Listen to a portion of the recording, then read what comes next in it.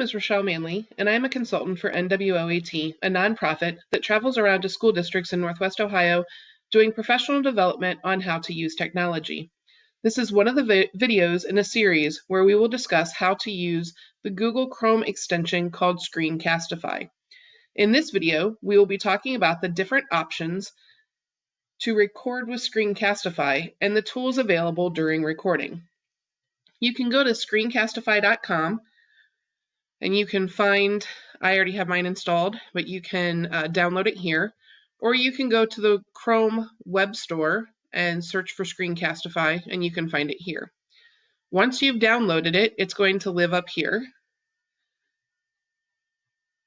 It's going to ask you a few simple questions while you are installing it, such as allowing your microphone and the drawing annotation tools and things. But once it is set up, it should be available for you to use on this without having to answer those questions again. So let's take a look at it. If I click on this icon up here, it's going to open up. Now, for the use of this video, I am actually using another screen capturing software to do this because it's hard to use Screencastify and be able to show all the options. But I'm talking today about Screencastify and the options that are available for that. So when you open this up, you will see that there is a browser tab option. There is the desktop option to record and also the webcam. When you choose if you just want to do a video of you talking to your students, you could choose the webcam only.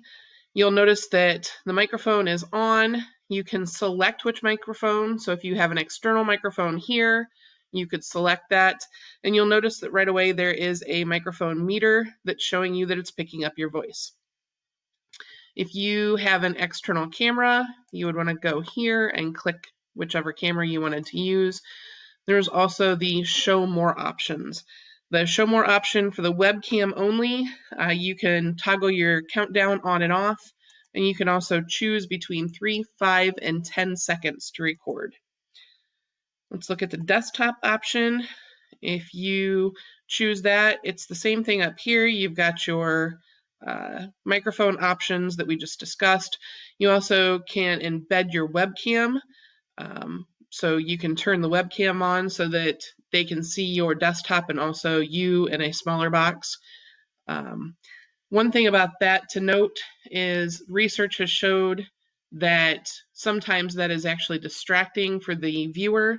So you may or may not want to use that depending on who your audience is and what you're showing them.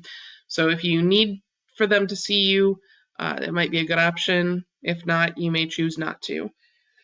If you click on the more options here, you still have your countdown. It's the same thing.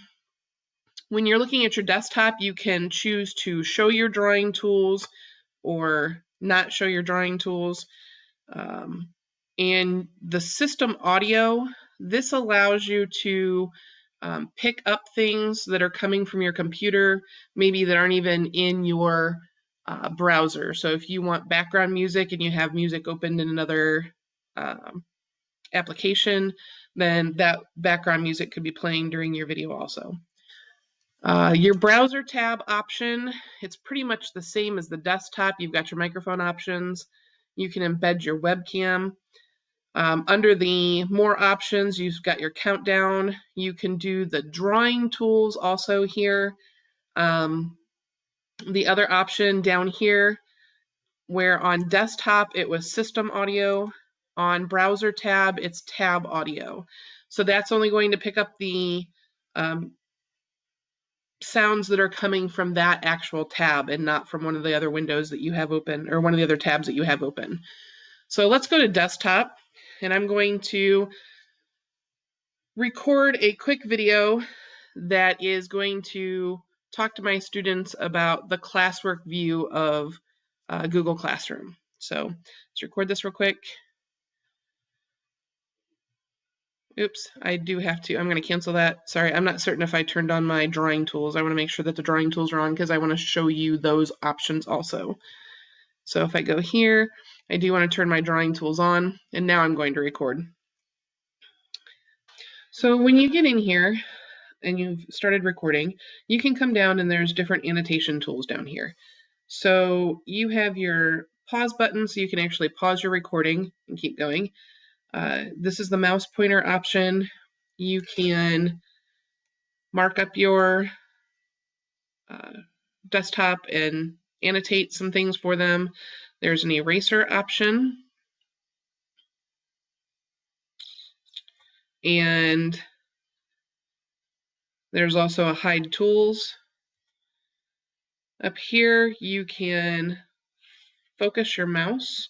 So if you want to focus in on a particular thing, you can do that with the little highlighted area. You can actually hide your mouse. So when your mouse is no longer moving, since I'm using Loom, Loom is still showing my mouse, but on Screencastify, that would turn the mouse off. Unfortunately, I can't show you that option. You can also do the highlight whenever you're clicking. So you'll notice that it has the little red circle around it, and that's another option for using your mouse. So those are the tools that you have in here. I'm going to go ahead and stop this recording for Screencastify, and it will automatically open up and start playing in this other window. I'm going to pause this because we're going to do that in the next video. And come back over to this window. I wanted to show you also, I forgot to cover the, not forgot, I just did not cover yet. This gear here has some more settings in it.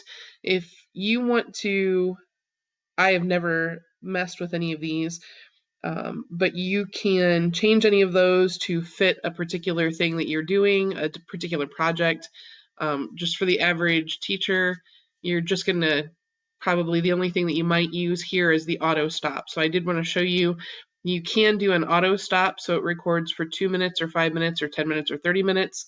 So it will automatically turn off whenever you're recording.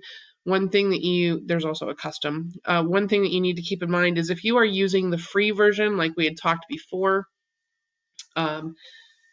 you only have a 5-minute recording window to start with. So unless you're using the paid version, you only have a 5-minute window. So the auto stop is probably not something that you're going to be using unless you're doing a particular example for your students. So in the next video, we will discuss what happens when you're done recording and the options that you have in there.